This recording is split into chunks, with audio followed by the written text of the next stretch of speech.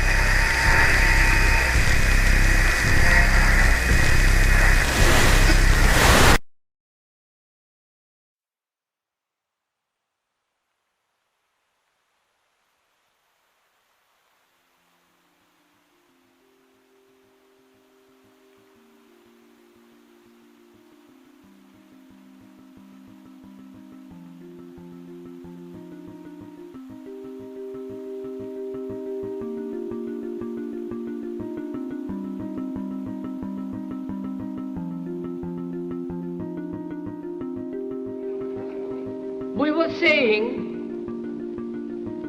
how very important it is to bring about in the human mind the radical revolution. The crisis is a crisis in consciousness, a crisis that cannot anymore accept the old norms, the old patterns, the ancient traditions. And considering what the world is now, with all the misery, conflict, destructive brutality, aggression, and so on, man is still as he was. He's still brutal, violent, aggressive, acquisitive, competitive, and he has built a society along these lines.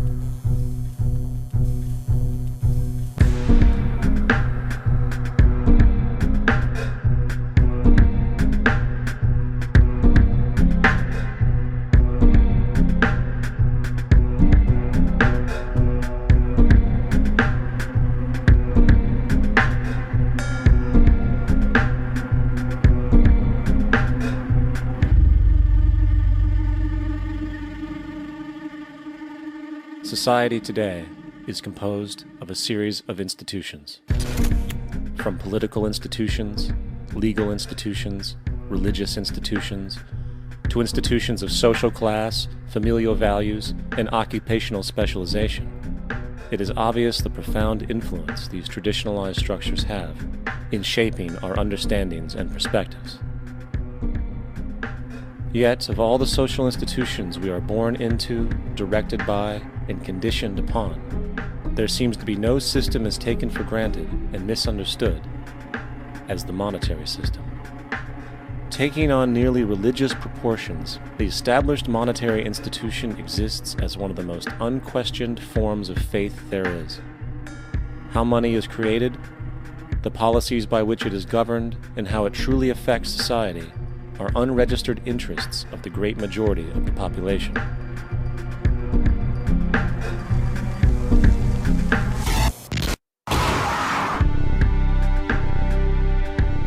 In a world where 1% of the population owns 40% of the planet's wealth, in a world where 34,000 children die every single day from poverty and preventable diseases, and where 50% of the world's population lives on less than $2 a day, one thing is clear: something is very wrong. And whether we are aware of it or not, the lifeblood of all of our established institutions, and thus society itself, is money. Therefore, understanding this institution of monetary policy is critical to understanding why our lives are the way they are. Unfortunately, economics is often viewed with confusion and boredom. Endless streams of financial jargon coupled with intimidating mathematics quickly deters people from attempts at understanding it. However, the fact is, the complexity associated with the financial system is a mere mask, designed to conceal one of the most socially paralyzing structures humanity has ever endured.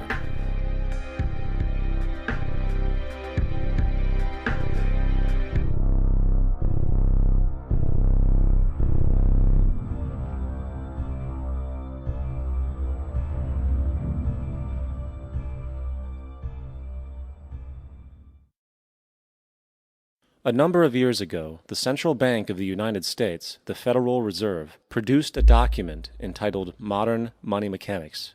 This publication detailed the institutionalized practice of money creation as utilized by the Federal Reserve and the web of global commercial banks it supports. On the opening page, the document states its objective. The purpose of this booklet is to describe the basic process of money creation in a fractional reserve banking system. It then proceeds to describe this fractional reserve process through various banking terminology, a translation of which goes something like this. The United States government decides it needs some money, so it calls up the Federal Reserve and requests, say, $10 billion. The Fed replies, saying, sure, we'll buy $10 billion in government bonds from you. So the government takes some pieces of paper, paints some official-looking designs on them, and calls them treasury bonds. Then it puts a value on these bonds to the sum of $10 billion and sends them over to the Fed. In turn, the people at the Fed draw up a bunch of impressive pieces of paper themselves, only this time calling them Federal Reserve notes, also designating a value of $10 billion to the set. The Fed then takes these notes and trades them for the bonds. Once this exchange is complete, the government then takes the $10 billion in Federal Reserve notes and deposits it into a bank account. And upon this deposit, the paper notes officially become legal tender money, adding $10 billion to the U.S. money supply. And there it is. $10 billion in new money has been created. Of course, this example is a generalization, for, in reality, this transaction would occur electronically, with no paper used at all. In fact, only 3% of the U.S. money supply exists in physical currency. The other 97% essentially exists in computers alone. Now, government bonds are, by design, instruments of debt, and when the Fed purchases these bonds, with money it essentially created out of thin air, the government is actually promising to pay back that money to the Fed. In other words, the money was created out of debt. This mind-numbing paradox of how money or value can be created out of debt or a liability will become more clear as we further this exercise. So, the exchange has been made and now $10 billion sits in a commercial bank account. Here's where it gets really interesting. For as based on the fractional reserve practice, that $10 billion deposit instantly becomes part of the bank's reserves, just as all deposits do. And regarding reserve requirements, as stated in Modern Money Mechanics, a bank must maintain legally required reserves equal to a prescribed percentage of its deposits. It then quantifies this by stating, under current regulations, the reserve requirement against most transaction accounts is 10%.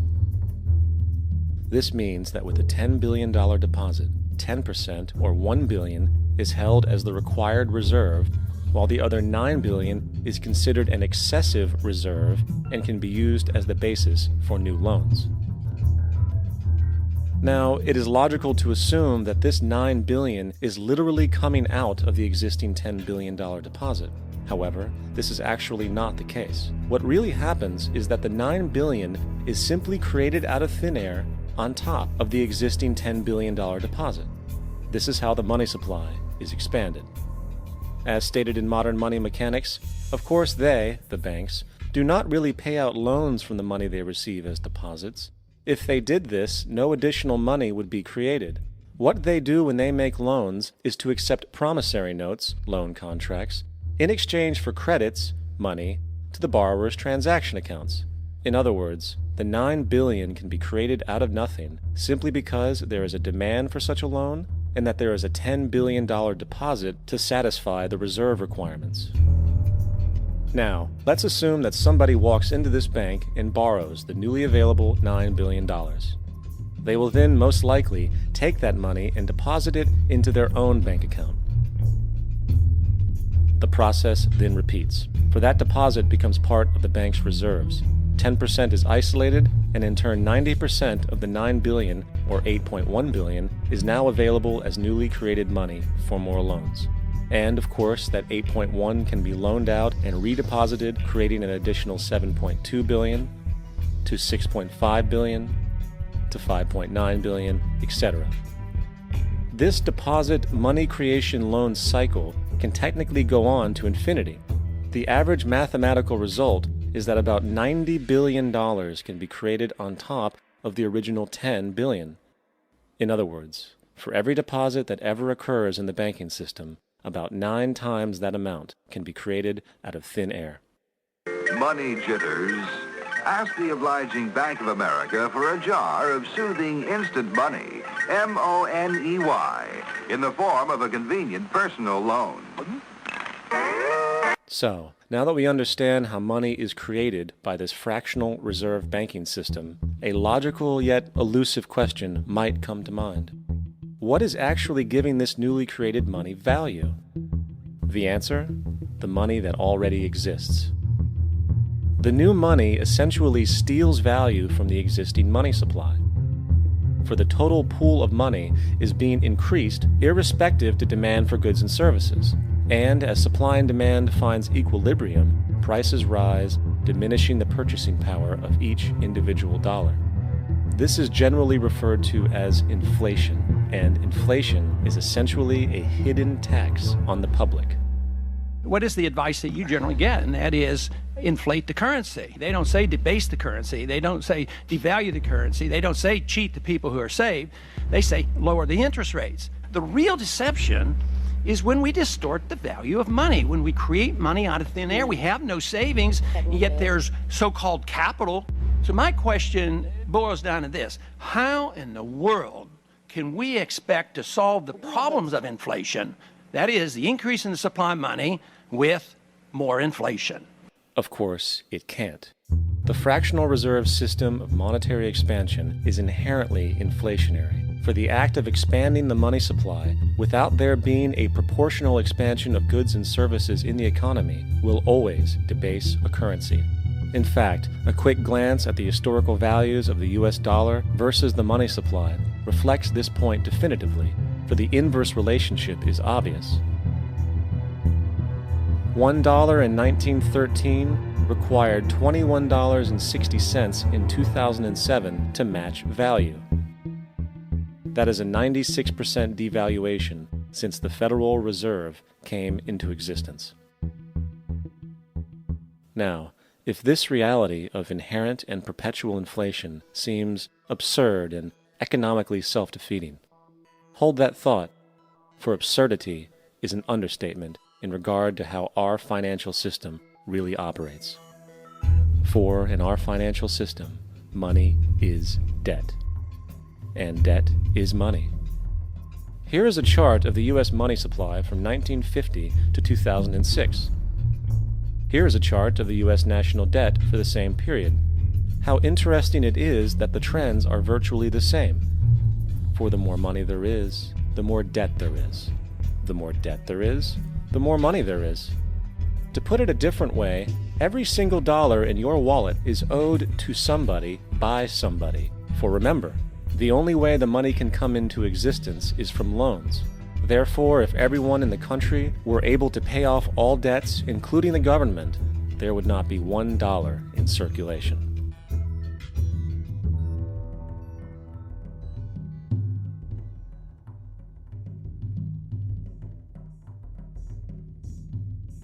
In fact, the last time in American history the national debt was completely paid off was in 1835 after President Andrew Jackson shut down the central bank that preceded the Federal Reserve.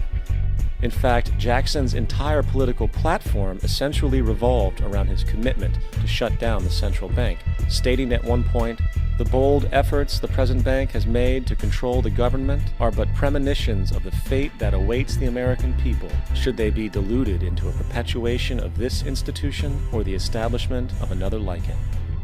Unfortunately, his message was short-lived, and the international bankers succeeded to install another central bank in 1913, the Federal Reserve. And as long as this institution exists, perpetual debt is guaranteed. Now, so far we have discussed the reality that money is created out of debt, through loans.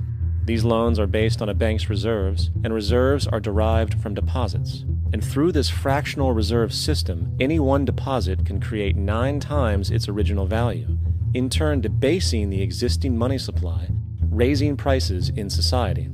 And since all this money is created out of debt and circulated randomly through commerce, people become detached from their original debt, and a disequilibrium exists where people are forced to compete for labor in order to pull enough money out of the money supply to cover their costs of living.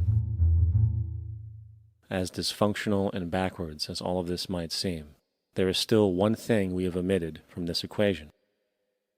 And it is this element of the structure which reveals the truly fraudulent nature of the system itself: the application of interest. When the government borrows money from the Fed, or when a person borrows money from a bank, it almost always has to be paid back with accrued interest. In other words, almost every single dollar that exists must be eventually returned to a bank with interest paid as well. But if all money is borrowed from the central bank and is expanded by commercial banks through loans, only what would be referred to as the principal is being created in the money supply. So then, where is the money to cover all of the interest that is charged? Nowhere. It doesn't exist. The ramifications of this are staggering, for the amount of money owed back to the banks will always exceed the amount of money that is available in circulation. This is why inflation is a constant in the economy, for new money is always needed to help cover the perpetual deficit built into the system, caused by the need to pay the interest. What this also means is that mathematically, defaults and bankruptcy are literally built into the system, and there will always be poor pockets of society that get the short end of the stick. An analogy would be a game of musical chairs, for once the music stops, somebody is left out to dry. And that's the point. It invariably transfers true wealth from the individual to the banks. For if you are unable to pay for your mortgage, they will take your property. This is particularly enraging when you realize that not only is such a default inevitable due to the fractional reserve practice, but also because of the fact that the money that the bank loaned to you didn't even legally exist in the first place. In 1969, there was a Minnesota court case involving a man named Jerome Daley, who was challenging the foreclosure of his home by the bank which provided the loan to purchase it. His argument was that the mortgage contract required both parties, being he and the bank, each put up a legitimate form of property for the exchange. In legal language, this is called consideration. Mr. Daley explained that the money was, in fact, not the property of the bank, for it was created out of nothing as soon as the loan agreement was signed. Remember what modern money mechanics stated about loans? What they do when they make loans is to accept promissory notes in exchange for credits. Reserves are unchanged by the loan transactions, but deposit credits constitute new additions to the total deposits of the banking system. In other words, the money doesn't come out of their existing assets. the bank is simply inventing it, putting up nothing of its own except for a theoretical liability on paper.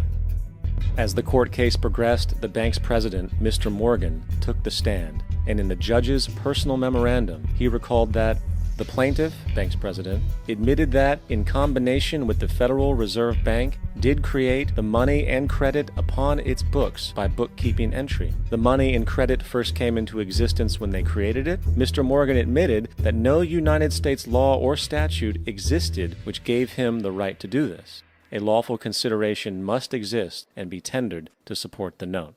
The jury found that there was no lawful consideration, and I agree. He also poetically added, only God can create something of value out of nothing.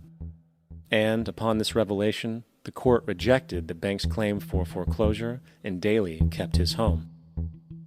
The implications of this court decision are immense. For every time you borrow money from a bank, whether it is a mortgage loan or a credit card charge, the money given to you is not only counterfeit, it is an illegitimate form of consideration, and hence voids the contract to repay, for the bank never had the money as property to begin with. Unfortunately, such legal realizations are suppressed and ignored, and the game of perpetual wealth transfer and perpetual debt continues. And this brings us to the ultimate question: why?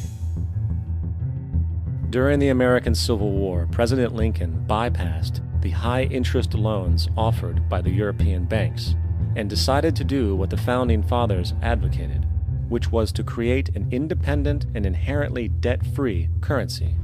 It was called the greenback. Shortly after this measure was taken, an internal document circulated between private British and American banking interests stated, "Slavery is but the owning of labor, and carries with it the care of laborers, while the European plan is that capital shall control labor by controlling wages. This can be done by controlling the money. It will not do to allow the greenback, as we cannot control that." The fractional reserve policy perpetrated by the Federal Reserve, which has spread in practice to the great majority of banks in the world, is, in fact, a system of modern slavery. Think about it. Money is created out of debt.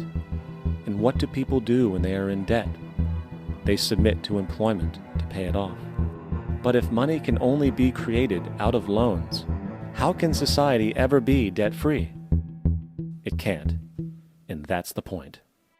And it is the fear of losing assets coupled with the struggle to keep up with the perpetual debt and inflation inherent in the system, compounded by the inescapable scarcity within the money supply itself, created by the interest that can never be repaid, that keeps the wage slave in line, running on the hamster wheel with millions of others, in effect powering an empire that truly benefits only the elite at the top of the pyramid.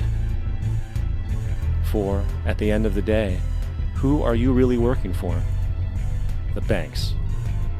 Money is created in a bank and invariably ends up in a bank. They are the true masters, along with the corporations and governments they support. Physical slavery requires people to be housed and fed. Economic slavery requires people to feed and house themselves. It is one of the most ingenious scams for social manipulation ever created, and at its core, it is an invisible war against the population. Debt is the weapon used to conquer and enslave societies, and interest is its prime ammunition. And as the majority walks around oblivious to this reality, the banks, in collusion with governments and corporations, continue to perfect and expand their tactics of economic warfare, spawning new bases, such as the World Bank and International Monetary Fund, while also inventing a new type of soldier, the birth of the economic hitman.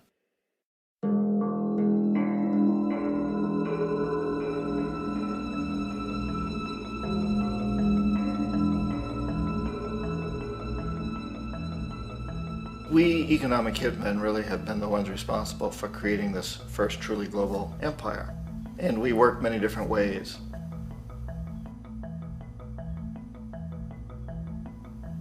But perhaps the most common is that we will identify a country that has resources our corporations covet, like oil, and then arrange a huge loan to that country from the World Bank or one of its sister organizations.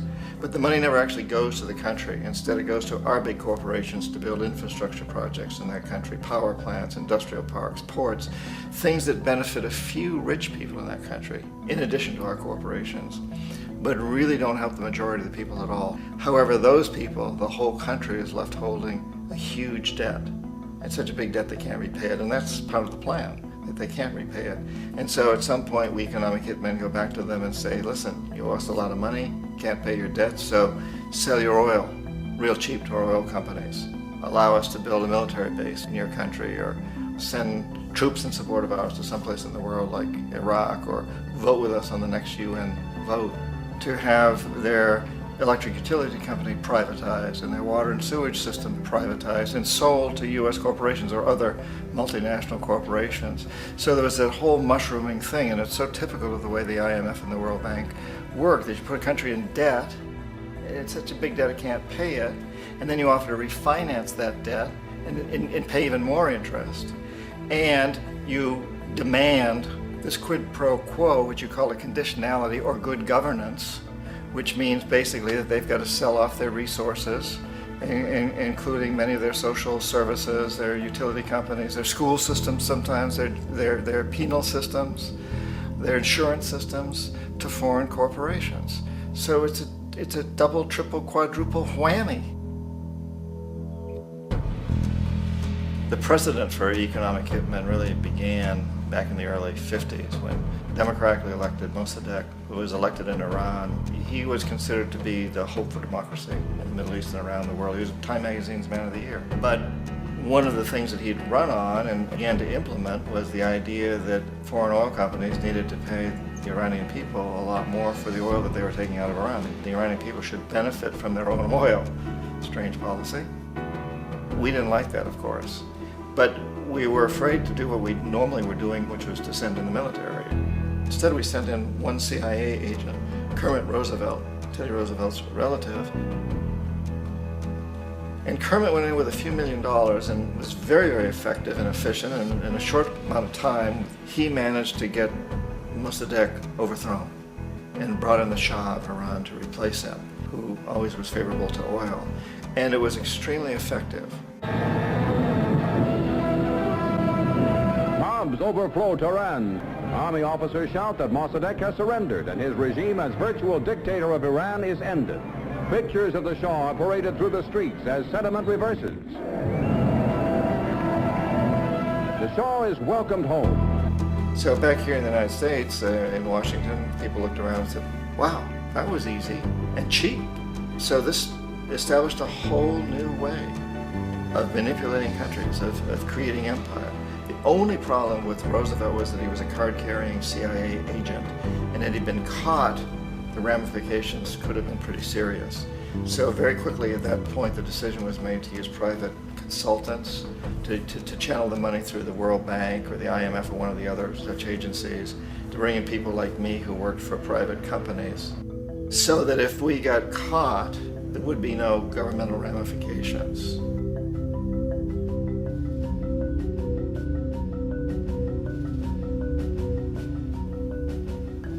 When Arbenz became president of Guatemala, the country was very much under the thumbs of United Fruit Company, the big international corporations. And Arbenz ran on this ticket that says, you know, we want to get the land back to the people. And once he took power, he was implementing policies that would do exactly that, give land rights back to the people. United Fruit didn't like that very much. And so they hired a public relations firm, launched a huge campaign in the United States to convince the United States people, the citizens of the United States, and the press of the United States, and the Congress of the United States, that Arbenz was a Soviet puppet, and that if we allowed him to stay in power, the Soviets would have a foothold in this hemisphere. And that at that point in time was a huge fear on everybody's mind, the Red Terror, the Communist terror. And so, to make a long story short, out of this public relations campaign came a commitment on the part of the CIA and the military to take this man out. And in fact, we did. We sent in planes, we sent in soldiers, we sent in jackals, we sent everything in to take him out, and did take him out. And as soon as he was removed from office, the new guy that took over after him basically reinstated everything to the big international corporations, including United Fruit.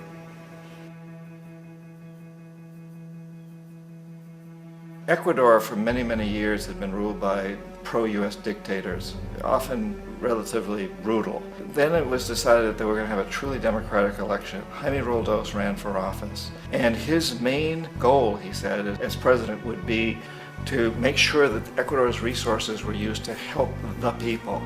And he won, overwhelming, by more votes than anybody had ever won anything in Ecuador. And he began to implement these policies to make sure that the profits from oil went to help the people. Well, we didn't like that in the United States. I was sent down as one of several economic hitmen to change Roldos, to corrupt him, to bring him around, to let him know, okay, you can get very rich, you and your family, if you play our game, but if you continue to try to keep these policies you've promised, you're going to go. He wouldn't listen. He was assassinated. As soon as the plane crashed, the whole area was cordoned off. The only people allowed in were U.S. military from a nearby base and some of the Ecuadorian military. When an investigation was launched, two of the key witnesses died in car accidents before they had a chance to testify. A lot of very, very strange things that went on around the assassination of Jaime Roldos. I, like most people who've really looked at this case, have absolutely no doubt that it was an assassination. And of course, in my position as an economic hitman, I was always expecting something to happen to Jaime, whether it be a coup or assassination, I wasn't sure, but that he would be taken down because he was not being corrupted. He would not allow himself to be corrupted the way we wanted to corrupt him. Omar Torrijos, president of Panama, was, one of my favorite people. I really, really liked him. He was very charismatic. He was a guy who really wanted to help his country. And when I tried to bribe him or corrupt him, he said, look, John, he called me Juanito. He said, look, Juanito, I don't need the money. What I really need is for my country to be treated fairly. I need for the United States to repay the debts that you owe my people for all the destruction you've done here. I need to be in a position where I can help other Latin American countries win their independence and be free of this terrible presence from the north that you people are exploiting us so badly. I need to have the Panama Canal back in the hands of the Panamanian people. That's what I want. And so, leave me alone. Don't try to bribe me. It was 1981, and in May, Jaime Roldos was assassinated. And Omar was very aware of this. Torrijos got his family together and he said, I'm probably next, but it's okay because I've done what I came here to do. I've renegotiated the canal. The canal will now be in our hands. He just finished negotiating the treaty with Jimmy Carter. In June of that same year, just a couple of months later, he also went down in an airplane crash, which there's no question was executed by CIA-sponsored jackals. Tremendous amount of evidence that one of Torrijos' security guards handed him at the last moment as he was getting on the plane a tape recorder, a small tape recorder that contained a bomb.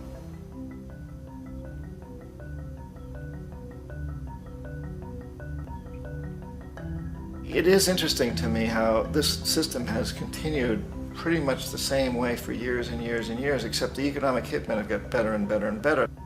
Then we come up with, very recently, what happened in Venezuela. In 1998, Hugo Chavez gets elected president, following a long line of presidents who had been very corrupt and basically destroyed the economy of the country. And Chavez was elected amidst all that.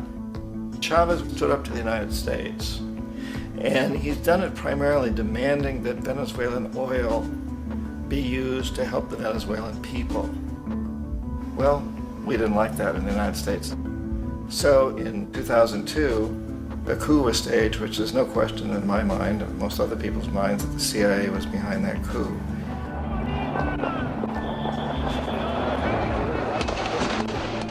The way that coup was fomented was very reflective of what Kermit Roosevelt had done in Iran, of paying people to go out into the streets to riot, to protest, to say this Chavez is very unpopular. You know, if you can get a few thousand people to do that, television can make it look like it's the whole country, and things start to mushroom.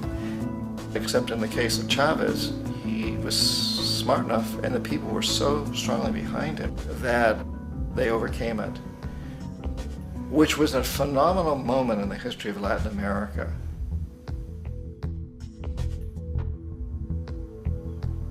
Iraq actually is a perfect example of the way the whole system works. So we economic hitmen are the first line of defense. We go in and we try to corrupt governments and get them to accept these huge loans, which we then use as leverage to basically own them. If we fail, as I failed in Panama with Omar Torrijos and in Ecuador with Jaime Roldos, men who refuse to be corrupted, then the second line of defense is we send in the jackals. And the jackals either overthrow governments or they assassinate. And once that happens and a new government comes in, and boy, it's going to toe the line because the new president knows what will happen if he doesn't. In the case of Iraq, both of those things failed. Economic hitmen were not able to get through to Saddam Hussein. We tried very hard. We tried to get him to accept a deal very similar to what the House of Saud had accepted in Saudi Arabia, but he wouldn't accept it. And so the jackals went in to take him out. They couldn't do it. His security was very good. After all, he had one time worked for the CIA. He'd been hired to assassinate a former president of Iraq and failed, but he knew the system. So in '91, we send in the troops and we take out the Iraqi military. So we assume at that point that Saddam Hussein is going to come around. We could have taken him out, of course, at that time, but we didn't want to. He's the kind of strong man we like. He controls his people. We thought he could control the Kurds and keep the Iranians in their border and keep pumping oil for us. And then once we took out his military, now he's going to come around. So the economic hitmen go back in the 90s without success. If they'd had success, he'd still be running the country. We'd be selling him all the fighter jets he wants and everything else he wants. But they couldn't, they didn't have success. The jackals couldn't take him out again, so we sent the military in once again, and this time we did the complete job and took him out, and in the process created for ourselves some very, very lucrative construction deals. We had to reconstruct a country that we'd essentially destroyed, which is a pretty good deal if you own construction companies, big ones. So, you know, Iraq shows the three stages. The economic hitmen failed there, the jackals failed there, and as a final measure, the military goes in. And in that way, we've really created an empire, but we've done it very, very subtly. It's clandestine. All the empires of the past were built on the military, and everybody knew they were building them. So the British knew they were building them, the French, the Germans, the Romans, the Greeks. And they were proud of it, and they always had some excuse like spreading civilization, spreading some religion, something like that. But they knew they were doing it. We don't. The majority of the people in the United States have no idea that we're living off the benefits of a clandestine empire, that today there's more slavery in the world than ever before. And then you have to ask yourself, well, if it's an empire, then who's the emperor? Obviously, our presidents of the United States are not emperors. An emperor is someone who's not elected, doesn't serve a limited term, and doesn't report to anyone, essentially. So you can't classify our presidents that way. But we do have what I consider to be the equivalent of the emperor, and it's what I call the corporatocracy. The corporatocracy is this group of individuals who run our biggest corporations, and they really act as the emperor of this empire. They control our media, either through direct ownership or advertising.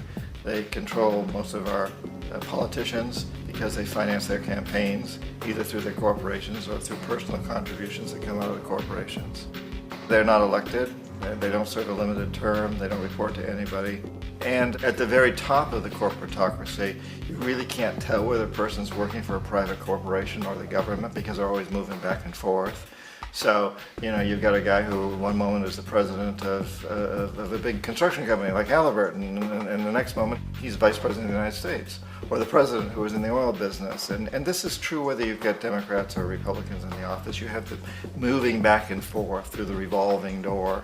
And in a way, Our government is invisible a lot of the time, and its policies are carried out by our corporations on one level or another.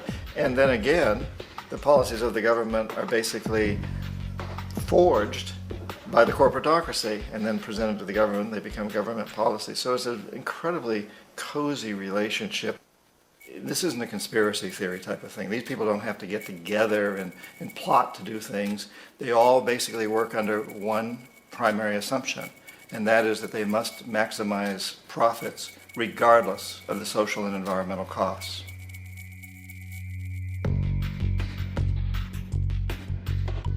This process of manipulation by the corporatocracy through the use of debt, bribery, and political overthrow is called globalization. Just as the Federal Reserve keeps the American public in a position of indentured servitude through perpetual debt, inflation, and interest, the World Bank and IMF serve this role on a global scale. The basic scam is simple. Put a country in debt either by its own indiscretion or through corrupting the leader of that country, then impose conditionalities or structural adjustment policies, often consisting of the following. Currency devaluation. When the value of a currency drops, so does everything valued in it. This makes indigenous resources available to predator countries at a fraction of their worth. Large funding cuts for social programs.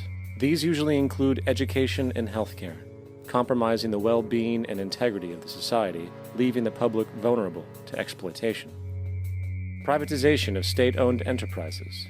This means that socially important systems can be purchased and regulated by foreign corporations for profit. For example, in 1999, the World Bank insisted that the Bolivian government sell the public water system of its third largest city to a subsidy of the U.S. corporation Bechtel. As soon as this occurred, water bills for the already impoverished local residents skyrocketed. It wasn't until after a full-blown revolt by the people that the Bechtel contract was nullified. Then there is trade liberalization, or the opening up of the economy through removing any restrictions on foreign trade. This allows for a number of abusive economic manifestations, such as transnational corporations bringing in their own mass-produced products, undercutting the indigenous production and ruining local economies. An example is Jamaica, which, after accepting loans and conditionalities from the World Bank, lost its largest cash crop markets due to competition with Western imports. Today, countless farmers are out of work, for they are unable to compete with the large corporations. Another variation is the creation of numerous seemingly unnoticed, unregulated, inhumane sweatshop factories, which take advantage of the imposed economic hardship. Additionally, due to production deregulation, environmental destruction is perpetual, as a country's resources are often exploited by the indifferent corporations while outputting large amounts of deliberate pollution. The largest environmental lawsuit in the history of the world today is being brought on behalf of 30,000 Ecuadorian Amazonian people against Texaco, which is now owned by Chevron. So today it's against Chevron, but for activities conducted by Texaco.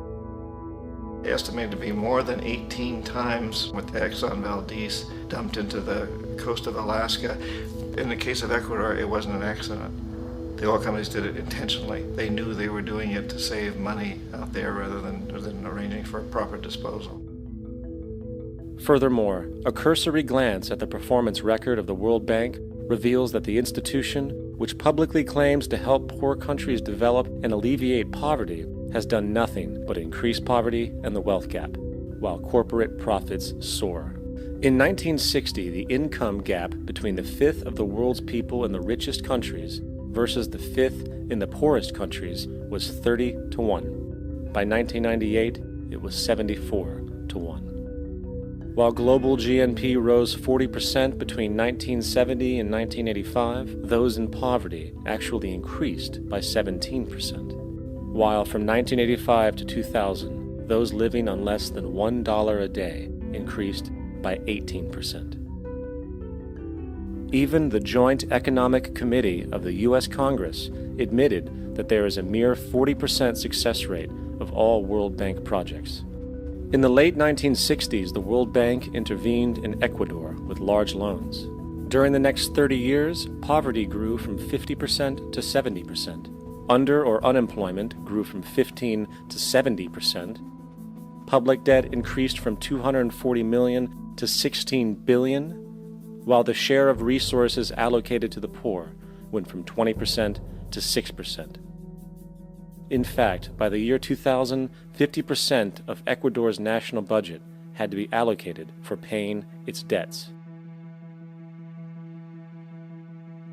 It is important to understand the World Bank is, in fact, a U.S. bank, supporting U.S. interests.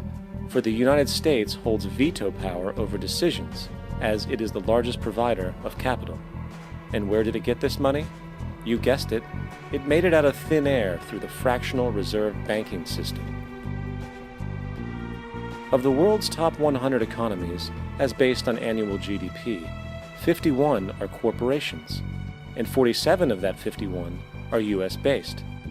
Walmart, General Motors, and Exxon are more economically powerful than Saudi Arabia, Poland, Norway, South Africa, Finland, Indonesia, and many others. And, as protective trade barriers are broken down, currencies tossed together and manipulated in floating markets, and state economies overturned in favor of open competition and global capitalism, the empire expands.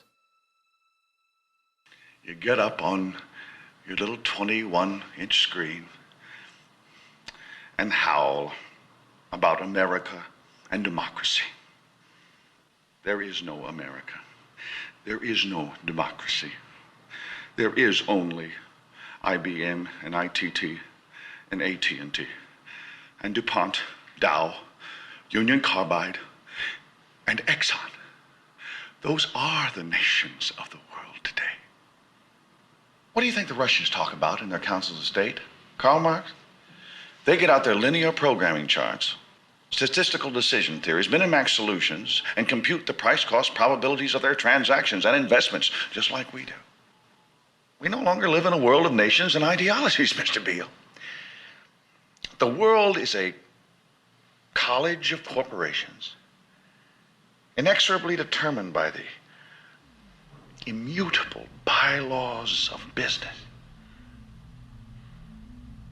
The world is a business, Mr. Beale.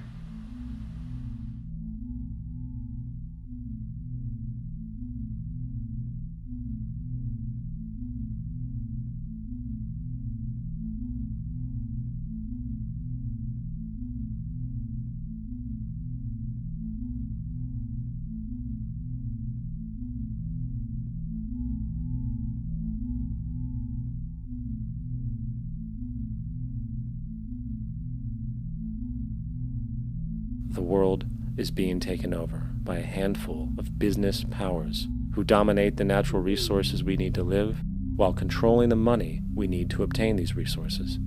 The end result will be world monopoly, based not on human life, but financial and corporate power. And as the inequality grows, naturally more and more people are becoming desperate. So the establishment was forced to come up with a new way to deal with anyone who challenges the system. So they gave birth to the terrorist. The term terrorist is an empty distinction, designed for any person or group who chooses to challenge the establishment. This isn't to be confused with the fictional Al-Qaeda, which was actually the name of a computer database for the US-supported Mujahideen in the 1980s.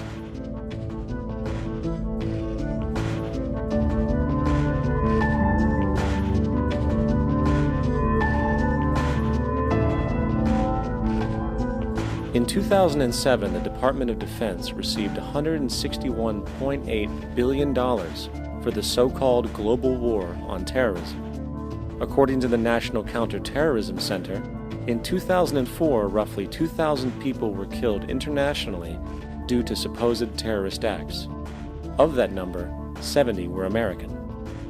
Using this number as a general average, which is extremely generous, it is interesting to note that twice as many people die from peanut allergies a year than from terrorist acts.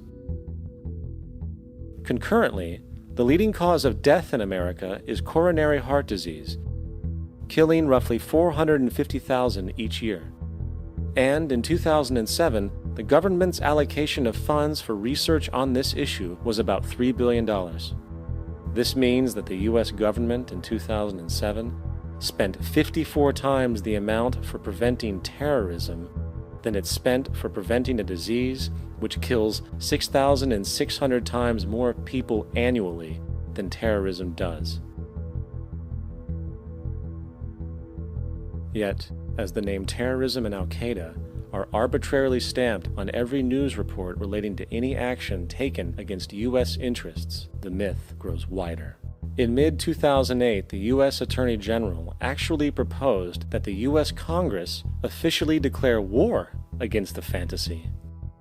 Not to mention, as of July 2008, there are now over 1 million people currently on the U.S. terrorist watch list. These so-called counterterrorism measures, of course, have nothing to do with social protection, and everything to do with preserving the establishment amongst the growing anti-American sentiment both domestically and internationally, which is legitimately founded on the greed-based corporate empire expansion that is exploiting the world. The true terrorists of our world do not meet at the docks at midnight or scream Allah Akbar before some violent action.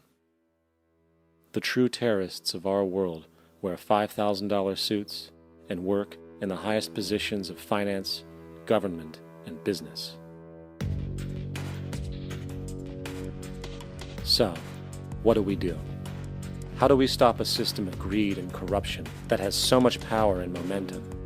How do we stop this aberrant group behavior which feels no compassion for, say, the millions slaughtered in Iraq and Afghanistan, so the corporatocracy can control energy resources and opium production for Wall Street profit?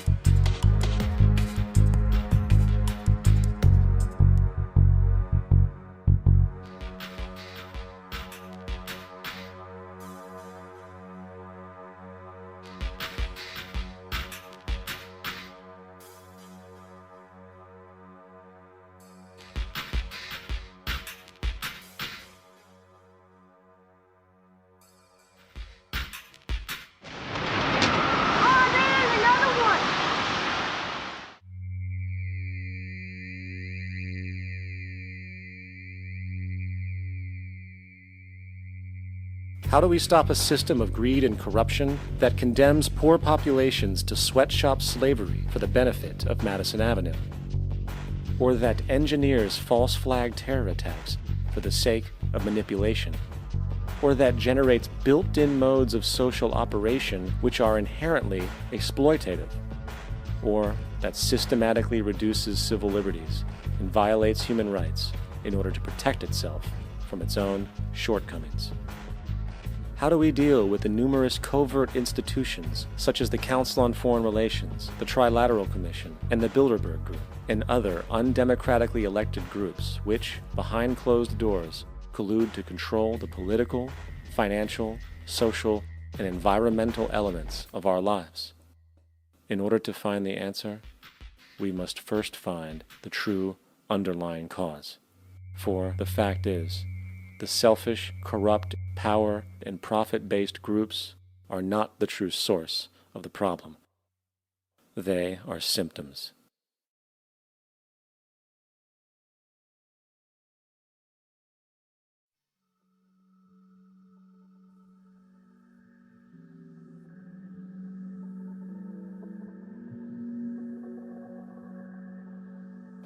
My name is Jock Fresco.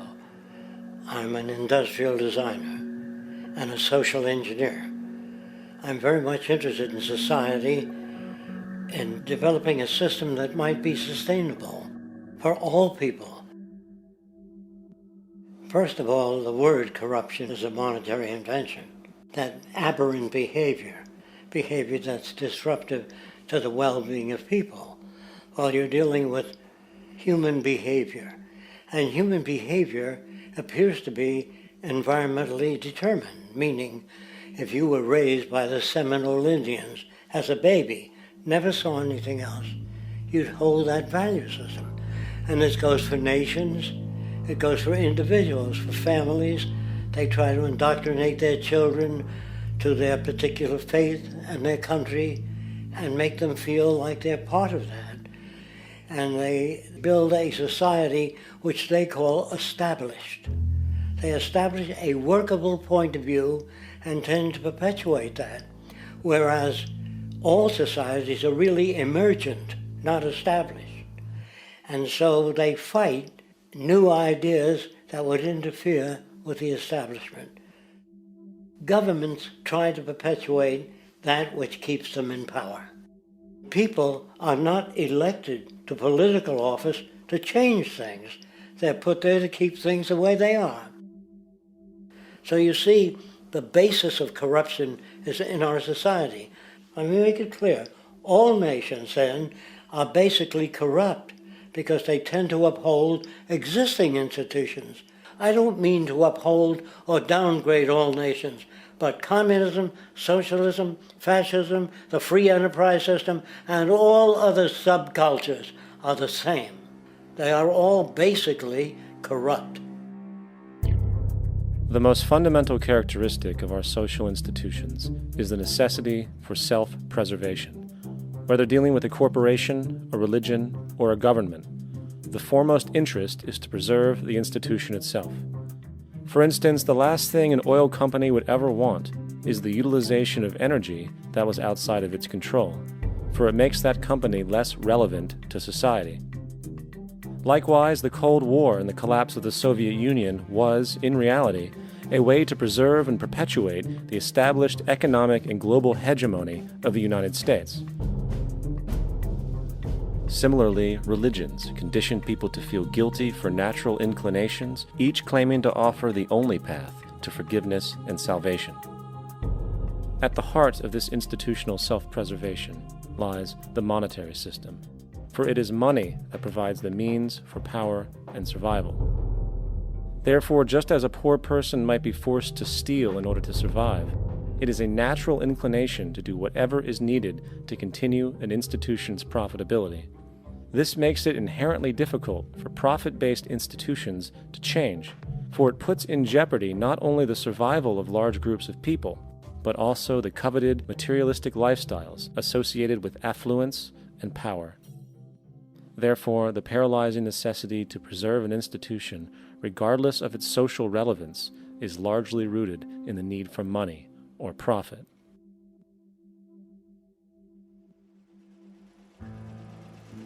What's in it for me is why people think.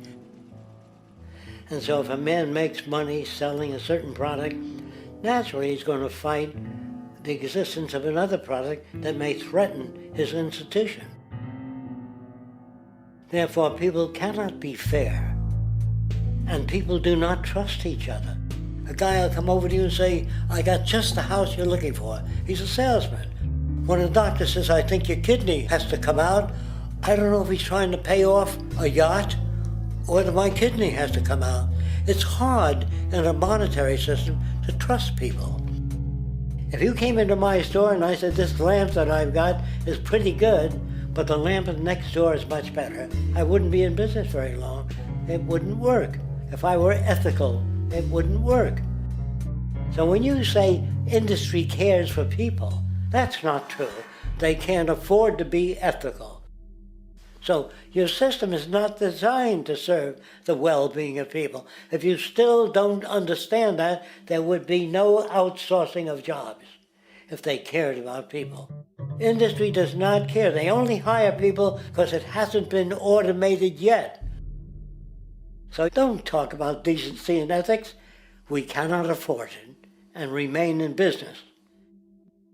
It is important to point out that regardless of the social system, whether fascist, socialist, capitalist, or communist, the underlying mechanism is still money, labor, and competition. Communist China is no less capitalistic than the United States, The only difference is the degree by which the state intervenes in enterprise. The reality is that monetaryism, so to speak, is the true mechanism that guides the interests of all the countries on the planet. The most aggressive and hence dominant variation of this monetaryism is the free enterprise system.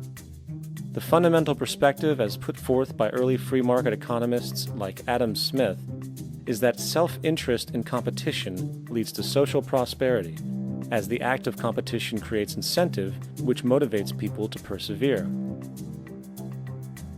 However, what isn't talked about is how a competition-based economy invariably leads to strategic corruption, power and wealth consolidation, social stratification, technological paralysis, labor abuse, and, ultimately, a covert form of government dictatorship by the rich elite. The word corruption is often defined as moral perversion. If a company dumps toxic waste into the ocean to save money, most people recognize this as corrupt behavior. On a more subtle level, when Walmart moves into a small town and forces small businesses to shut down for they are unable to compete, a gray area emerges. For what exactly is Walmart doing wrong? Why should they care about mom-and-pop organizations they destroy? Yet, even more subtly, when a person gets fired from their job because a new machine has been created which can do the work for less money, people tend to just accept that as the way it is, not seeing the inherent, corrupt inhumanity of such an action. Because the fact is, whether it is dumping toxic waste, having a monopoly enterprise, or downsizing the workforce, the motive is the same: profit. They are all different degrees of the same self-preserving mechanism, which always puts the well-being of people second to monetary gain. Therefore, corruption is not some byproduct of monetaryism. It is the very foundation. And while most people acknowledge this tendency on one level or another, the majority remains naive as to the broad ramifications of having such a selfish mechanism as the guiding mentality in society. Internal documents show that after this company positively, absolutely knew that they had a medication that was infected with the AIDS virus, they took the product off the market in the U.S. and then they dumped it in France, Europe, Asia, and Latin America. The U.S. government allowed it to happen. The FDA allowed this to happen. And now the government is completely looking the other way. Thousands of innocent hemophiliacs have died from the AIDS virus. This company knew absolutely that it was infected with AIDS. They dumped it because they wanted to turn this disaster into a profit. So you see, you have built-in corruption. We're all chiseling off each other, and you can't expect decency in that sort of thing. And feeling that, they don't know who to elect. They think in terms of a democracy, which is not possible in a monetary-based economy. If you have more money to advertise your position, the position you desire in government, that isn't a democracy. It serves those in positions of differential advantage. So it's always a dictatorship of the elitists, the financially wealthy.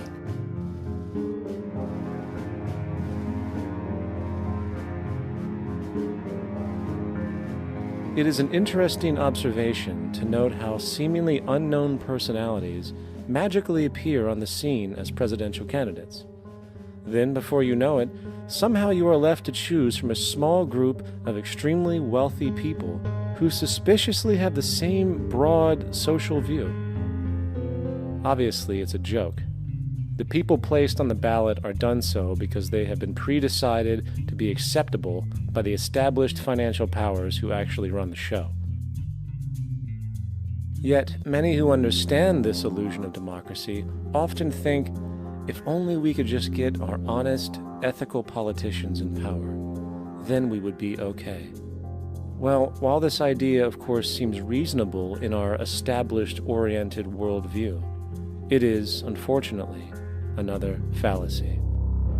For when it really comes down to what is actually important, the institution of politics, and thus politicians themselves, have absolutely no true relevance as to what makes our world and society function. It's not politicians that can solve problems. They have no technical capabilities. They don't know how to solve problems. Even if they were sincere, they don't know how to solve problems. It's the technicians that produce the desalination plants. It's the technicians that give you electricity, that give you motor vehicles, that heat your house and cool it in the summertime. It's technology that solves problems, not politics. Politics cannot solve problems because they're not trained to do so. Very few people today stop and consider what it is that actually improves their lives. Is it money? Obviously not. One cannot eat money or stuff money into their car to get it to run. Is it politics? All politicians can do is create laws, establish budgets, and declare war. Is it religion? Of course not. Religion creates nothing except intangible emotional solace for those who require it. The true gift that we as human beings have, which has been solely responsible for everything that has improved our lives, is technology. What is technology? Technology is a pencil which allows one to solidify ideas on paper for communication. Technology is an automobile which allows one to travel faster than feet would allow. Technology is a pair of eyeglasses which enables sight for those who need it. Applied technology itself is merely an extension of human attributes which reduces human effort, freeing humans from a particular chore or problem. Imagine what your life would be like today without a telephone, or an oven, or a computer, or an airplane. Everything in your home which you take for granted, from a doorbell to a table to a dishwasher, is technology generated from the creative, scientific ingenuity of human technicians, not money, politics, or religion. These are false institutions. And writing your congressman is fantastic. They tell you to write your congressman if you want something done. The men in Washington should be at the forefront of technology, the forefront of human studies, the forefront of crime, all the factors that shape human behavior. You don't have to write your congressman. What kind of people are they that are appointed to do that job? The future will have great difficulty. And the question that's raised by politicians is, how much will a project cost? The question is not, how much will it cost? Do we have the resources? And we have the resources today to house everyone, build hospitals all over the world, build schools all over the world, the finest equipment and labs for teaching and doing medical research. So you see, we have all that, but we're in a monetary system. And in a monetary system, there's profit. And what is the fundamental mechanism that drives the profit system besides self-interest? What is it exactly that maintains that competitive edge at its core? Is it high efficiency and sustainability? No, that isn't part of their design. Nothing produced in our profit-based society is even remotely sustainable or efficient. If it was, there wouldn't be a multi-million-dollar-a-year service industry for automobiles, nor would the average lifespan for most electronics be less than 3 months before they're obsolete. Is it abundance? Absolutely not. Abundance, as based on the laws of supply and demand, is actually a negative thing. If a diamond company finds 10 times the usual amount of diamonds during their mining, it means the supply of diamonds has increased, which means the cost and profit per diamond drops. The fact is, efficiency, sustainability, and abundance are enemies of profit. To put it into a word, it is the mechanism of scarcity that increases profits. What is scarcity? Based on keeping products valuable. Slowing up production on oil raises the price. Maintaining scarcity of diamonds keeps the price high. They burn diamonds at the Kimberley diamond mines. They're made of carbon. That keeps the price up. So then, what does it mean for society when scarcity, either produced naturally or through manipulation, is a beneficial condition for industry. It means that sustainability and abundance will never ever occur in a profit system, for it simply goes against the very nature of the structure. Therefore, it is impossible to have a world without war or poverty. It is impossible to continually advance technology to its most efficient and productive states. And, most dramatically, it is impossible to expect human beings to behave in truly ethical or decent ways.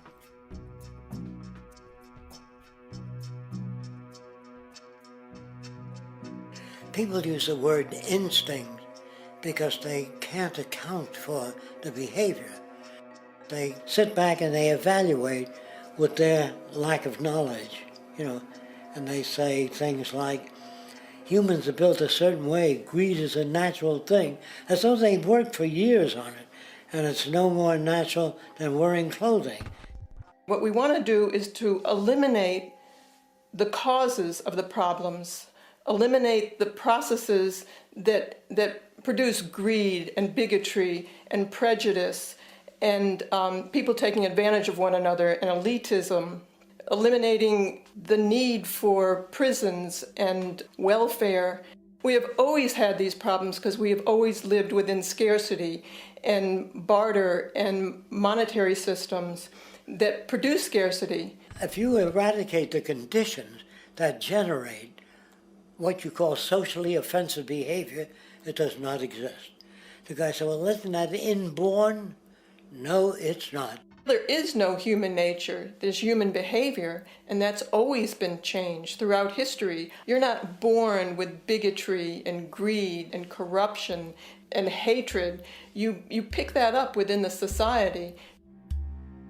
War, poverty, corruption, hunger, misery, human suffering will not change in a monetary system. That is, there'll be very little significant change.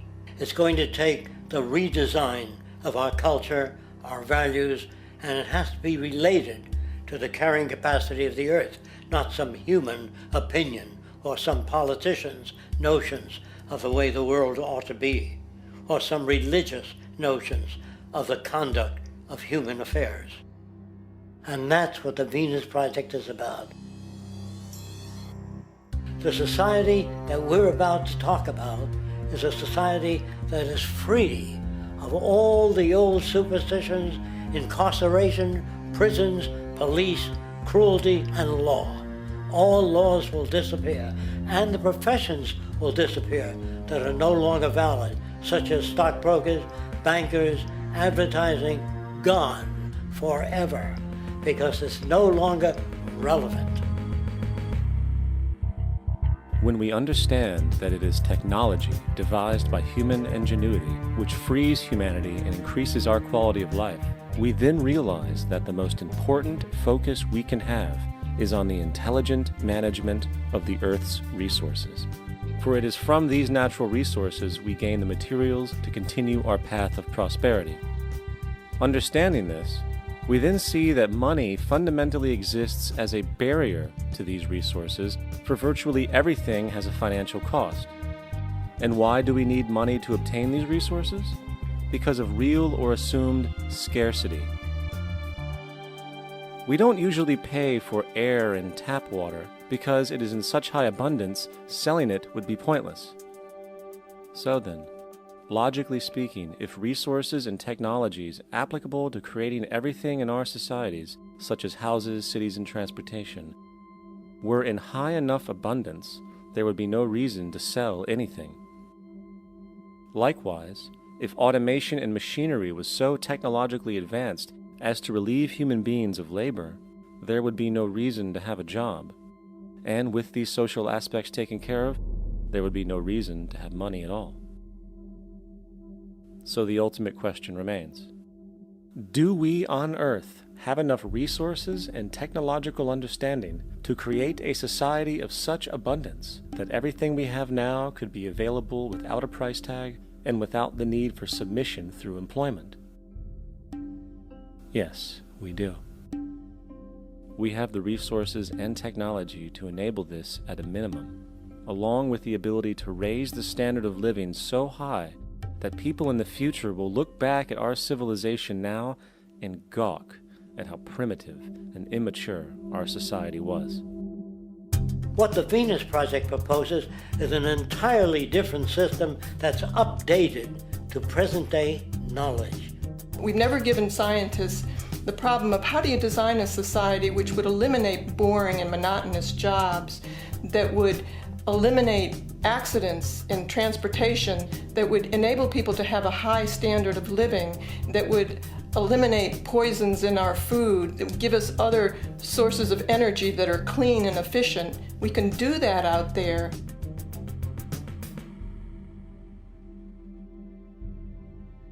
The major difference between a resource-based economy and a monetary system is that a resource-based economy is really concerned with people and their well-being, where a monetary system has become so distorted that the concerns of the people are really secondary, if they're there at all. The products that are turned out are for how much money you can get. If there is a problem in society and you can't earn money from solving that problem, then it won't be done.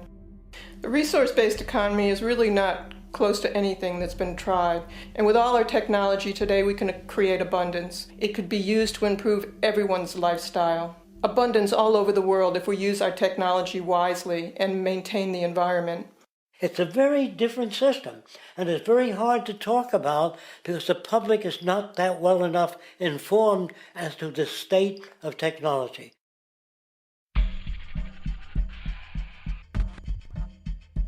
At present, we don't have to burn fossil fuels.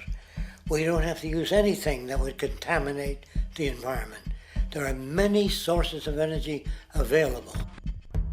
Alternative energy solutions pushed by the establishment, such as hydrogen, biomass, and even nuclear, are highly insufficient, dangerous, and exist only to perpetuate the profit structure that industry has created. When we look beyond the propaganda and self-serving solutions put forth by the energy companies, we find a seemingly endless stream of clean, abundant, and renewable energy for generating power. Solar and wind energy are well known to the public, but the true potential of these mediums remains unexpressed. Solar energy, derived from the sun, has such abundance that 1 hour of light at high noon contains more energy than what the entire world consumes in a year. If we could capture 0.01% of this energy, the world would never have to use oil, gas, or anything else. The question then is not availability, but the technology to harness it. And there are many advanced mediums today which could accomplish just that, if they were not hindered by the need to compete for market share with the established energy power structures. Then there's wind energy. Wind energy has long been denounced as weak, and due to being location-driven, impractical. This is simply not true. The U.S. Department of Energy admitted in 2007 that if wind was fully harvested in just 3 of America's 50 states, it could power the entire nation. And then there are the rather unknown mediums of tidal and wave power. Tidal power is derived from tidal shifts in the ocean. Installing turbines which capture this movement generates energy. In the United Kingdom, 42 sites are currently noted as available, forecasting that 34% of all the UK's energy could come from tidal power alone. Wave power, which extracts energy from the surface motions of the ocean, is estimated to have a global potential of up to 80,000 terawatt-hours a year. This means 50% of the entire planet's energy usage could be produced from this medium alone. Now, it is important to point out that tidal, wave, solar, and wind power requires virtually no preliminary energy to harness, unlike coal, oil, gas, biomass, hydrogen, and all the others. In combination, these 4 mediums alone, if efficiently harnessed through technology, could power the world forever. That being said, there happens to be another form of clean, renewable energy which trumps them all: geothermal power. Geothermal energy utilizes what is called heat mining, which, through a simple process using water, is able to generate massive amounts of clean energy. In 2006, an MIT report on geothermal energy found that 13,000 zettajoules of power are currently available in the Earth, with the possibility of 2,000 zettajoules being easily tappable with improved technology. The total energy consumption of all the countries on the planet is about half of a zettajoule a year. This means about 4,000 years of planetary power could be harnessed in this medium alone. And when we understand that the Earth's heat generation is constantly renewed, this energy is really limitless and could be used forever. These energy sources are only a few of the clean, renewable mediums available, and as time goes on, we will find more. The grand realization is that we have total energy abundance without the need for pollution, traditional conservation, or in fact, a price tag. And what about transportation? The prevailing means of transportation in our societies is by automobile and aircraft, both of which predominantly need fossil fuels to run. In the case of the automobile, the battery technology needed to power an electric car that can go over 100 miles an hour for over 200 miles on one charge exists, and has existed for many years. However, due to battery patents controlled by the oil industry, which limits their availability to maintain market share, coupled with political pressure from the energy industry, the accessibility and affordability of this technology is limited. There is absolutely no reason other than pure, corrupt profit interest that every single vehicle in the world cannot be electric and utterly clean, with zero need for gasoline. As far as airplanes, it is time we realize that this means of travel is inefficient, cumbersome, slow, and causes far too much pollution.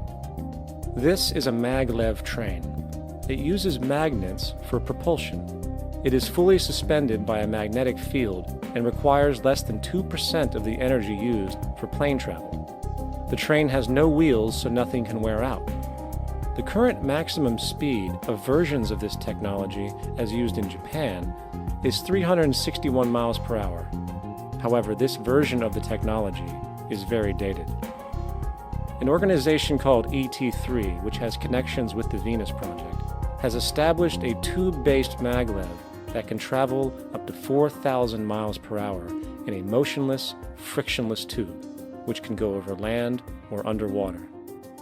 Imagine going from LA to New York for an extended lunch break, or from Washington, D.C. to Beijing, China in 2 hours. This is the future of continental and intercontinental travel, fast, clean, with only a fraction of the energy usage we use today for the same means. In fact, between maglev technology, advanced battery storage, and geothermal energy, there would be no reason to ever burn fossil fuels again. And we can do this now if we were not held back by the paralyzing profit structure. Now, America is inclined toward fascism. It has a propensity by its dominant philosophy and religion to uphold the fascist point of view. American industry is essentially a fascist institution. If you don't understand that, the minute you punch that time clock, you walk into a dictatorship.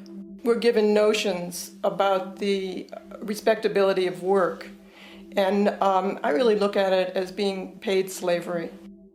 They're brought up to believe that you shall earn your living by the sweat of your brow. That holds people back, freeing people from drudgery, repetitive jobs which make them ignorant. You rob them. In our society, that is a resource-based economy, machines free people. You see, we can't imagine that because we've never known that kind of world. If we look back at history, we see a very clear pattern of machine automation slowly replacing human labor. From the disappearance of the elevator man to the near full automation of an automobile production plant, the fact is, as technology grows, the need for humans in the workforce will continually be diminished. This creates a serious clash, which proves the falseness of the monetary-based labor system. For human employment is in direct competition with technological development. Therefore, given the fundamental priority of profit by industry, People, through time, will be continually laid off and replaced by machine. When industry takes on a machine, instead of shortening the workday, they downsize. You lose your job. So you have a right to fear machines. In a high-technology, resource-based economy, it is conservative to say that about 90% of all current occupations could be phased out by machines, freeing humans to live their life without servitude, for this is the point of technology itself. And through time, with nanotechnology and other highly advanced forms of science, it is not far-fetched to see how even complex medical procedures could be performed by machines as well, and based on the pattern, with much higher success rates than humans get today. The path is clear, but our monetary-based structure, which requires labor for income, blocks this progress, for humans need jobs in order to survive. The bottom line is that this system must go, or we will never be free, and technology will be constantly paralyzed. We have machines that clean out sewers. It frees a human being from doing that. So look at machines as extensions of human performance. Furthermore, many occupations today will have simply no basis to exist in a resource-based economy, such as anything associated with the management of money, advertising, along with the legal system itself. For without money, a great majority of the crimes that are committed today would never occur. Virtually all forms of crime are a consequence of the monetary system, either directly or by neuroses inflicted through financial deprivation. Therefore, laws themselves could eventually become extinct. Instead of putting up a sign, drive carefully, slippery when wet, put abrasive in the highway so it's not slippery when wet. And if a person gets in a car they're drunk and the car oscillates a great deal, there's a little pendulum that swings up and back, and that'll pull the car over to the side. Not a law solution. Put sonar and radar in automobiles so they can't hit one another. Man-made laws are attempts to deal with occurring problems, and not knowing how to solve them, they make a law. In the United States, the most privatized, capitalist country on the planet, it should come as no surprise that it also has the largest prison population in the world, growing every year. Statistically, most of these people are uneducated and come from poor, deprived societies. And, contrary to propaganda, it is this environmental conditioning which lures them into criminal and violent behavior. However, society looks the other way in regard to this point. The legal and prison systems are just more examples of how our society avoids examining the root causes of behavior. Billions are spent each year on prisons and police, while only a fraction is spent on programs for poverty, which is one of the most fundamental variables responsible for crime to begin with. And as long as we have an economic system which prefers and in fact creates scarcity and deprivation, crime will never go away.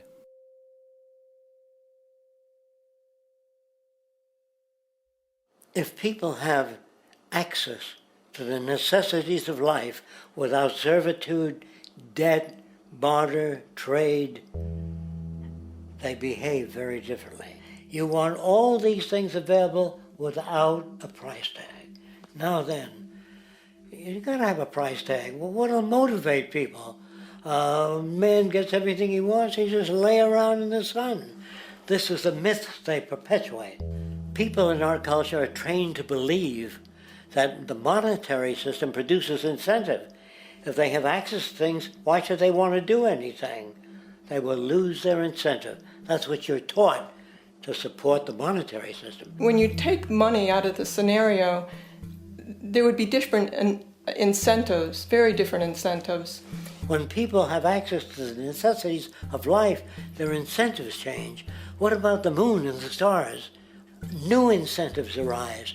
If you make a painting that you will enjoy giving it to other people, not selling it.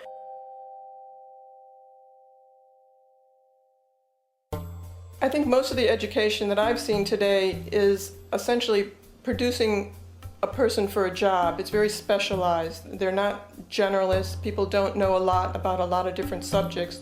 I don't think you could get people to go to war if they knew a lot about a lot of things. I think education is mostly rote, and they're not taught how to solve problems. They're not given the tools emotionally or within their own field of how to do critical thinking. A resource-based economy, the education would be very different. Our society's major concern is mental development and to motivate each person to their highest potential. Because our philosophy is the smarter people are, the richer the world, because everybody becomes a contributor. The smarter your kids are, the better my life will be, because they'll be contributing more constructively to the environment and to my life, because everything that we devise within a resource-based economy would be applied to society. There would be nothing to hold it back. Patriotism, weapons, armies, navies, all that is a sign that we're not civilized yet. Kids will ask their parents, didn't you see the necessity of the machines? Dad, couldn't you see that war was inevitable when you produce scarcity? Isn't it obvious? Of course the kid will understand that you were pinheads, raised merely to serve the established institutions. We're such an abominable, sick society that we won't make the history book. They just say that large nations took land from smaller nations, used force and violence. You'll get history talked about as corrupt behavior all the way along until the beginning of the civilized world. That's when all the nations work together. World unification, working toward common good for all human beings, and without anyone being subservient to anyone else. Without social stratification, whether it be technical elitism or any other kind of elitism, eradicated from the face of the earth. The state does nothing because there is no state. There is no state. The system I advocate, a resource-based global economy, is not perfect. It's just a lot better than what we have. We can never achieve perfection.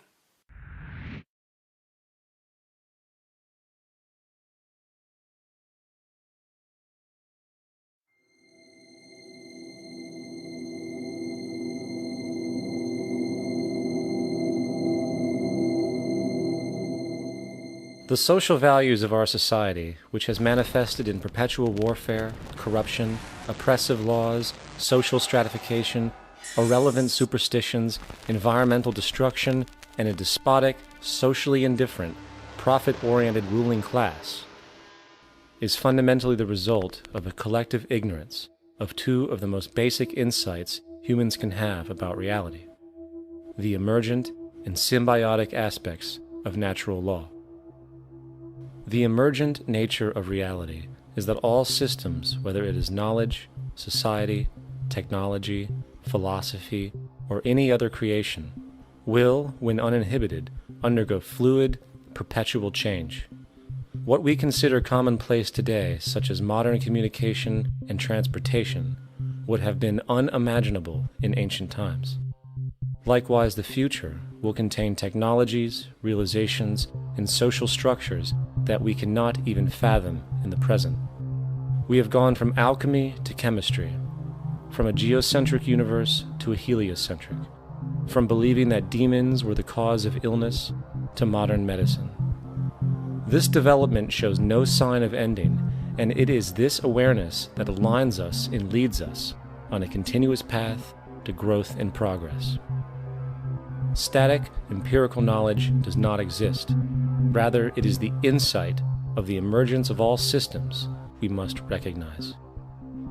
This means we must be open to new information at all times, even if it threatens our current belief system and hence identities. Sadly, society today has failed to recognize this, and the established institutions continue to paralyze growth by preserving outdated social structures. Simultaneously, the population suffers from a fear of change, for their conditioning assumes a static identity, and challenging one's belief system usually results in insult and apprehension, for being wrong is erroneously associated with failure, when, in fact, to be proven wrong should be celebrated, for it is elevating someone to a new level of understanding, furthering awareness. The fact is, there is no such thing as a smart human being, for it is merely a matter of time before their ideas are updated, changed, or eradicated. And this tendency to blindly hold on to a belief system, sheltering it from new, possibly transforming information, is nothing less than a form of intellectual materialism. The monetary system perpetuates this materialism not only by its self-preserving structures, but also through the countless number of people who have been conditioned into blindly and thoughtlessly upholding these structures, therefore becoming self-appointed guardians of the status quo. Sheep, which no longer need a sheepdog to control them, for they control each other by ostracizing those who step out of the norm. This tendency to resist change and uphold existing institutions for the sake of identity, comfort, power, and profit is completely unsustainable and will only produce further imbalance, fragmentation, distortion, and invariably, destruction. It's time to change. From hunters and gatherers to the agricultural revolution to the industrial revolution, the pattern is clear. It is time for a new social system which reflects the understandings we have today. The monetary system is a product of a period of time where scarcity was a reality. Now, with the age of technology, it is no longer relevant to society. Gone with the aberrant behavior it manifests. Likewise, dominant worldviews, such as theistic religion, operate with the same social irrelevancy. Islam, Christianity, Judaism, Hinduism, and all of the others exist as barriers to personal and social growth, for each group perpetuates a closed worldview, and this finite understanding that they acknowledge is simply not possible in an emergent universe. Yet, religion has succeeded in shutting down the awareness of this emergence by instilling the psychological distortion of faith upon its followers, where logic and new information is rejected in favor of traditionalized, outdated beliefs. The concept of God is really a method of accounting for the nature of things. In the early days, people didn't know enough about how things formed, how nature worked, so they invented their own little stories. And they made God in their own image. A guy that gets angry. When people don't behave right, he creates floods and earthquakes. They say it's an act of God. A cursory glance at the suppressed history of religion reveals that even the foundational myths themselves are emergent culminations, developed through influence over time. For example, a cardinal doctrine of the Christian faith is the death and resurrection of Christ. This notion is so important that the Bible itself states, "And if Christ be not risen, then is our preaching vain, and your faith is also vain."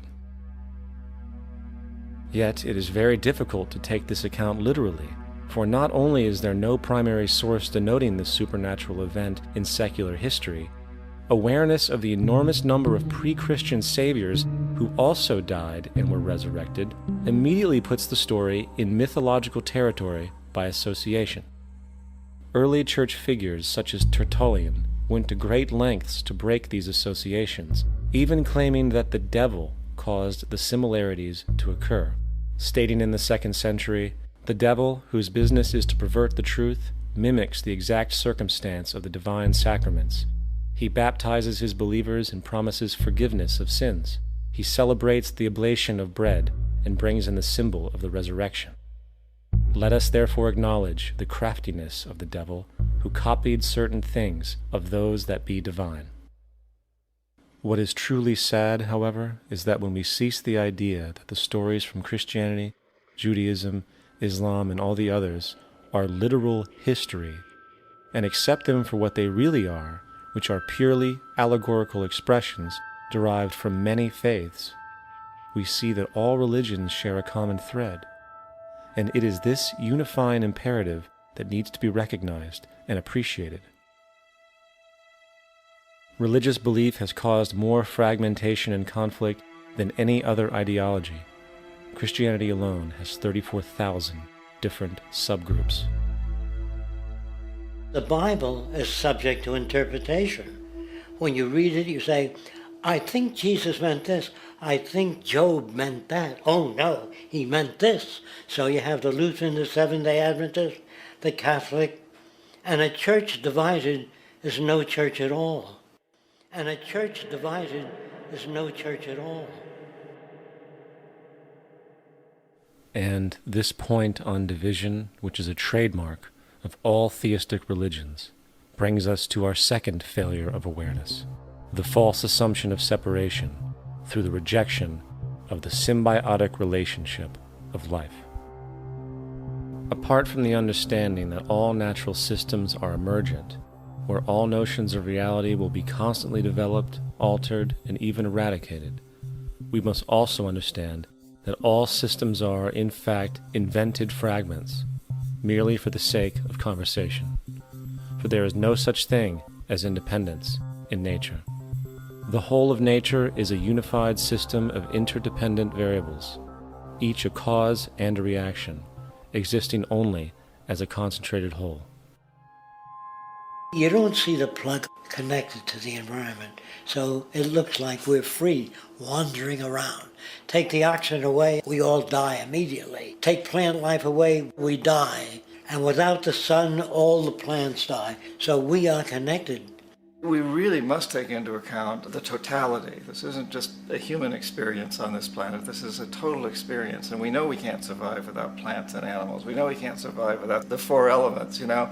And so when are we going to really start taking that into account? That's what it is to be successful. Success depends on how well we relate to everything around us. I'm very aware of the fact that my grandson cannot possibly hope to inherit a sustainable, peaceful, stable, socially just world unless every child today growing up in Ethiopia, in Indonesia, in Bolivia, in Palestine, in Israel also has that same expectation. You got to take care of the whole community or you're going to have serious problems. And now we have to see that the whole world is the community and we must all take care of each other that way. And it's not just a community of human beings. It's a community of plants and animals and elements. And we really need to understand that. That's what's going to bring us joy, too, and pleasure. That's what's missing in our lives right now. We can call it spirituality, but the fact of the matter is joy comes from that bliss of connectedness. That's our God spirit. That's that side of ourselves that really feels it. And you can feel it deep inside you. It's this amazing, wonderful feeling. And you know it when you get it. You don't get it from money. You get it from connection. Now, if that isn't a hazard to this country,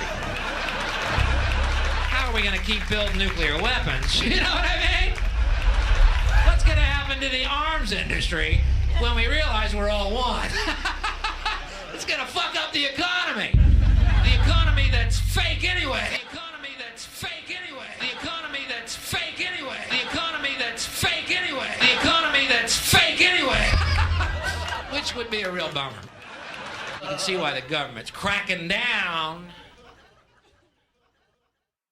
on the idea of experiencing unconditional love.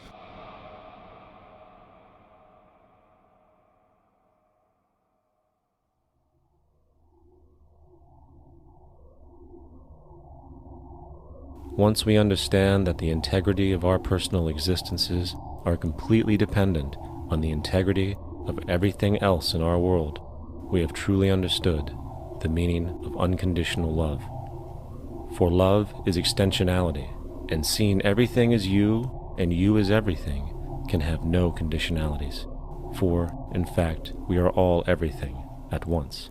If it's true that we're all from the center of a star, every atom in each of us from the center of a star, then we're all the same thing. Even a Coke machine or a cigarette butt in the street in Buffalo is made out of atoms that came from a star. They've all been recycled thousands of times, as have you and I. And therefore, it's only me out there. So what is there to be afraid of? What is there that needs solace-seeking? Nothing. There's nothing to be afraid of because it's all us. The trouble is we have been separated by being born and given a name and an identity and being individuated. We've been separated from the oneness, and that's what religion exploits, that people have this yearning to be part of the overall one again. So they exploit that. They call it God. They say he has rules.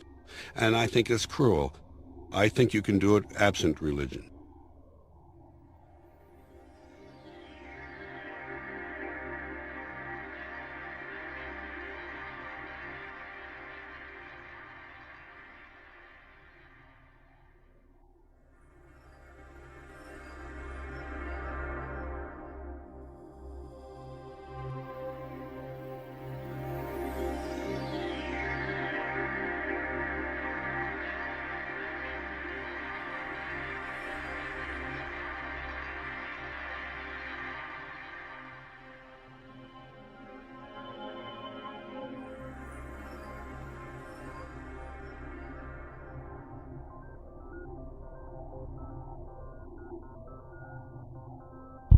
It's time to claim the unity our outmoded social systems have broken apart, and work together to create a sustainable global society where everyone is taken care of and everyone is truly free.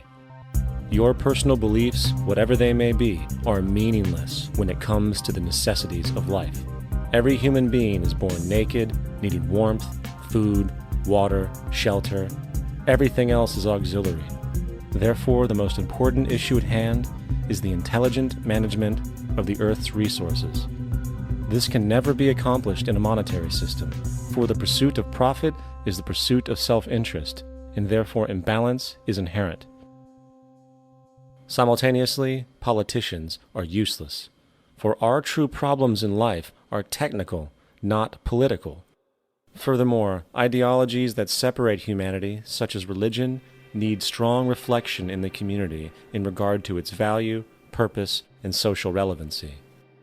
Hopefully, through time, religion will lose its materialism and basis in superstition and move into the useful field of philosophy. The fact is, society today is backwards, with politicians constantly talking about protection and security rather than creation, unity, and progress. The U.S. alone now spends about $500 billion annually on defense. That is enough to send every high school senior in America to a four-year college. In the 1940s, the Manhattan Project produced the first true weapon of mass destruction. This program employed 130,000 people at an extreme financial cost. Imagine what our life would be like today if that group of scientists, instead of working on a way of killing people, worked on a way to create a self-sustaining, abundant world. Life today would be very, very different if that was their goal. Instead of weapons of mass destruction, it is time to unleash something much more powerful. Weapons of mass creation. Our true divinity is in our ability to create, and armed with the understanding of the symbiotic connections of life, while being guided by the emergent nature of reality, there is nothing we cannot do or accomplish. Of course, we face strong barriers in the form of established power structures that refuse to change. At the heart of these structures is the monetary system. As explained earlier, the fractional reserve policy is a form of slavery through debt, where it is literally impossible for society to be free. In turn, free market capitalism in the form of free trade uses debt to imprison the world and manipulate countries into subservience to a handful of large business and political powers. Apart from these obvious amoralities, the system itself is based on competition, which immediately destroys the possibility of large-scale collaborations for the common good, hence paralyzing any attempt at true global sustainability. These financial and corporate structures are now obsolete, and they must be outgrown. Of course, we cannot be naive enough to think that the business and financial elite are going to subscribe to this idea, for they will lose power and control. Therefore, peaceful yet highly strategic action must be taken. The most powerful course of action is simple. We have to alter our behavior to force the power structure to the will of the people. We must stop supporting the system. The only way the establishment will change is by our refusal to participate, while continuously acknowledging its endless flaws and corruptions. They're not going to give up the monetary system because of our designs of what we recommend. The system has to fail, and people have to lose confidence in their elected leaders. That will be a major turning point if the Venus Project is offered as a possible alternative. If not, I fear the consequences. The trends now indicate that our country is going bankrupt. The probability is our country will move toward a military dictatorship to prevent riots and complete social breakdown. Once the U.S. breaks down, all the other cultures will undergo similar things. As of now, the world financial system is on the brink of collapse due to its own shortcomings. The Comptroller of Currency stated in 2003 that the interest on the U.S. national debt will not be affordable in less than 10 years. This theoretically means total bankruptcy for the U.S. economy, and its implications for the world are immense. In turn, the fractional reserve-based monetary system is reaching its theoretical limits of expansion, and the banking failures you are seeing are just the beginning. This is why inflation is skyrocketing, all debt is at record levels, and the government and Fed are hemorrhaging new money to bail out the corrupt system. For the only way to keep the banks going is by making more money. The only way to make more money is to create more debt and inflation. It is simply a matter of time before the tables turn, and there is no one willing to take new loans, while defaults grow, as people are unable to afford their current loans. Then the expansion of money will stop, and contraction will begin on a scale never before seen, ending a century-long pyramid scheme. This has already begun. Therefore, we need to expose this financial failure for what it is, using this weakness to our advantage. Here are some suggestions. Expose the banking fraud. Citibank, JP Morgan Chase, and Bank of America are the most powerful controllers within the corrupt Federal Reserve System. It's time to boycott these institutions. If you have a bank account or a credit card with any of them, move your money to another bank. If you have a mortgage, refinance with another bank. If you own their stock, sell it. If you work for them, quit. This gesture will express contempt for the true powers behind the private banking cartel known as the Federal Reserve, and create awareness about the fraud of the banking system itself. 2. Turn off the TV news.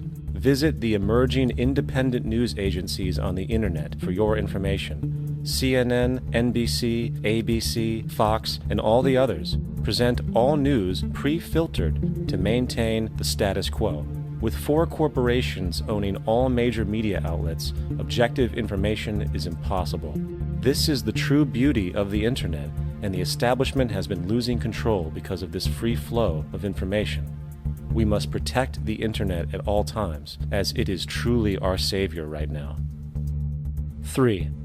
Don't ever allow yourself, your family, or anyone you know to ever join the military. This is an obsolete institution now used exclusively for maintaining an establishment that is no longer relevant. U.S. soldiers in Iraq work for U.S. corporations, not the people. Propaganda forces us to believe that war is natural and the military is an honorable institution. Well, if war is natural, why are there 18 suicides every single day by American veterans who have post-traumatic stress disorder? If our military men and women are so honored, why is it that 25% of the American homeless population are veterans? 4. Stop supporting the energy companies. If you live in a detached house, get off the grid. Investigate every means of making your home self-sustainable with clean energy. Solar, wind, and other renewable energies are now affordable consumer realities, and considering the never-ending rising cost of traditional energies, it will likely be a cheaper investment over time. If you drive, get the smallest car you can, and consider using one of the many conversion technologies that can enable your car to be a hybrid, electric, or run on anything other than establishment fuels. 5. Reject the political system. The illusion of democracy is an insult to our intelligence. In a monetary system, there is no such thing as a true democracy, and there never was. We have two political parties owned by the same set of corporate lobbyists. They are placed in their positions by the corporations, with popularity artificially projected by their media. In a system of inherent corruption, the change of personnel every couple of years has very little relevance. Instead of pretending that the political game has any true meaning, focus your energy on how to transcend this failed system. And 6. Join the movement. Go to thezeitgeistmovement.com and help us create the largest mass movement for social change the world has ever seen. We must mobilize and educate everyone about the inherent corruption of our current world system, along with the only true sustainable solution, declaring all the natural resources on the planet as common heritage to all people, while informing everyone as to the true state of technology and how we can all be free if the world works together rather than fights. The choice lies with you. You can continue to be a slave to the financial system and watch the continuous wars, depressions, and injustice across the globe while placating yourself with vain entertainment and materialistic garbage. Or you can focus your energy on true, meaningful, lasting, holistic change, which actually has the realistic ability to support and free all humans with no one left behind. But, in the end, the most relevant change must occur first inside of you. The real revolution is the revolution of consciousness, and each one of us first needs to eliminate the divisionary, materialistic noise we have been conditioned to think is true, while discovering, amplifying, and aligning with the signal coming from our true empirical oneness. It is up to you. What we are trying during all these discussions and talks here is to see if we cannot radically bring about a transformation of the mind. Not accept things as they are, but to understand it, to go into it, to examine it. Give your heart and your mind with everything that you have to find out a way of living differently.